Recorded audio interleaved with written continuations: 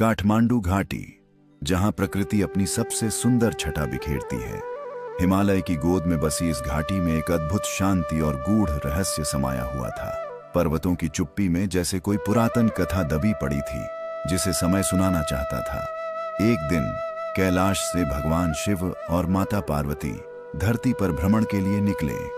वे इस सुंदर घाटी के सौंदर्य से इतने प्रभावित हुए कि शिव जी ने कहा, हे पार्वती, यह भूमि इतनी शांत और सुंदर है कि मैं यहाँ कुछ समय रहना चाहता हूँ। पार्वती ने मुस्कुराते हुए सिर हिलाया।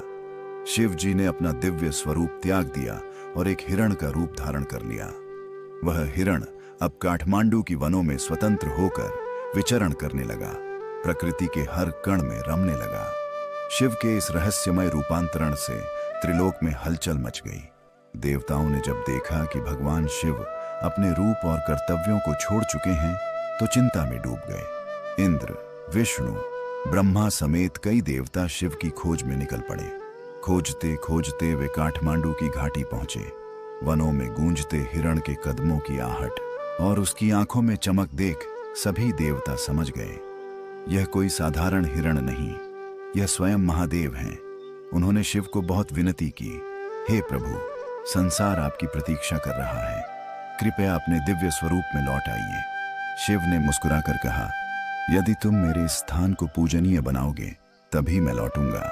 वहीं घाटी के एक कोने में एक दिव्य गाय कामधेनु हर दिन एक विशेष स्थान पर जाकर अपना दूध जमीन पर बहा देती थी।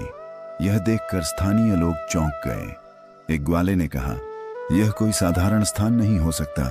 लोगों ने उस स्थान को खोदा और वहां से एक स्वयंभू शिवलिंग प्रकट हुआ। उस पल संपूर्ण वातावरण गूंज उठा।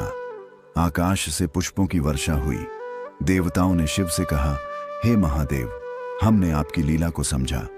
अब इस स्थान को पशुपतिनाथ के नाम से जाना जाएगा, पशुओं के स्वामी के रूप में। भगवान शिव ने दिव्य रूप में प्रकट होकर कहा, जो कोई भी इस स्थान पर श्रद्धा से आएगा उसे मोक्ष की प्राप्ति होगी। यह भूमि न केवल मेरी बल्कि संपूर्ण सृष्टि की पवित्र धरोहर होगी। और वहीं बागमती नदी के तट पर उन्होंने अपना स्थान बनाया, जहां आज भी शवों की अंतिम यात्रा होती है और आत्माएं मुक्ति पाती हैं। समय बीत गया, पर शिव की मृगलीला आज भी काठमांडू की हवाओं में गूंजती है। पशुपतिनाथ मंदिर अब न केवल एक तीर्थ है बल्कि एक जीवंत कथा है, जहां प्रकृति, रहस्य और ईश्वर की उपस्थिति को महसूस किया जा सकता है। हर हर महादेव।